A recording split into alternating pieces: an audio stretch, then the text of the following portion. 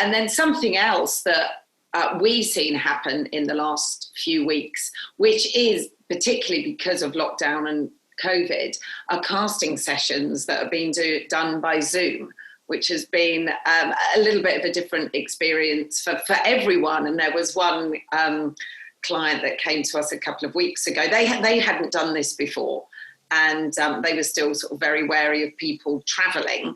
And so they said, we're going to do a Zoom casting, which, there are definitely plus points for Zoom castings, especially for people that live much farther afield, north of England, if they're not down south where a lot of casting happens, or sort of the Manchester area, then, that's a real plus point because you're saving on all that travel time and money. Mm-hmm.